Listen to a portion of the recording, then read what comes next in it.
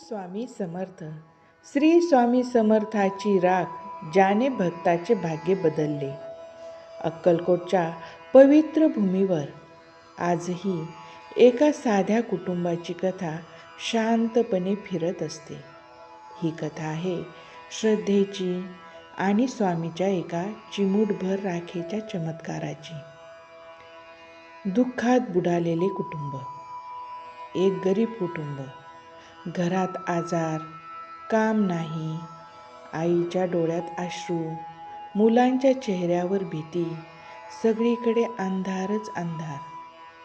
आई रोज एकच प्रार्थना करायची, स्वामी मार्ग दाखवा.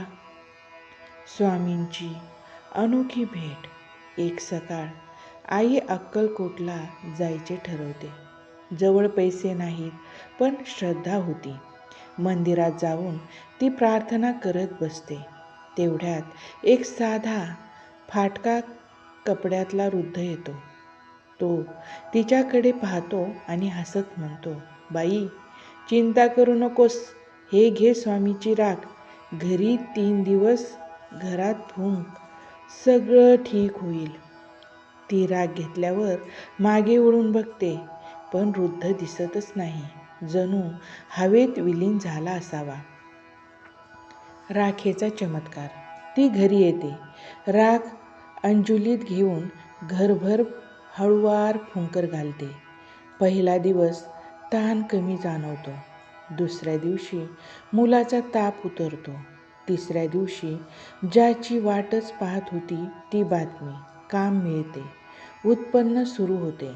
घरात अचानक प्रकाश पसरल्यासारखे आईच्या डोळ्यात पाणी येते. स्वामी, हे तुमचेच कृपाशक्तीचे लक्षण आहे. सत्य उघड होते.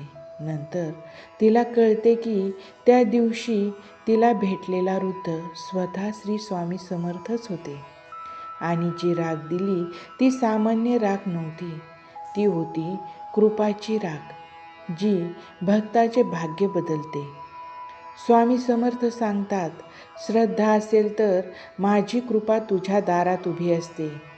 ही कथा आपल्याला सांगते, कधी कधी उपाय खूप मोठे नसतात, फक्त श्रद्धेची एक चिमूट आणि स्वामीच्या कृपेची एक फुंकर पुरेशी असते.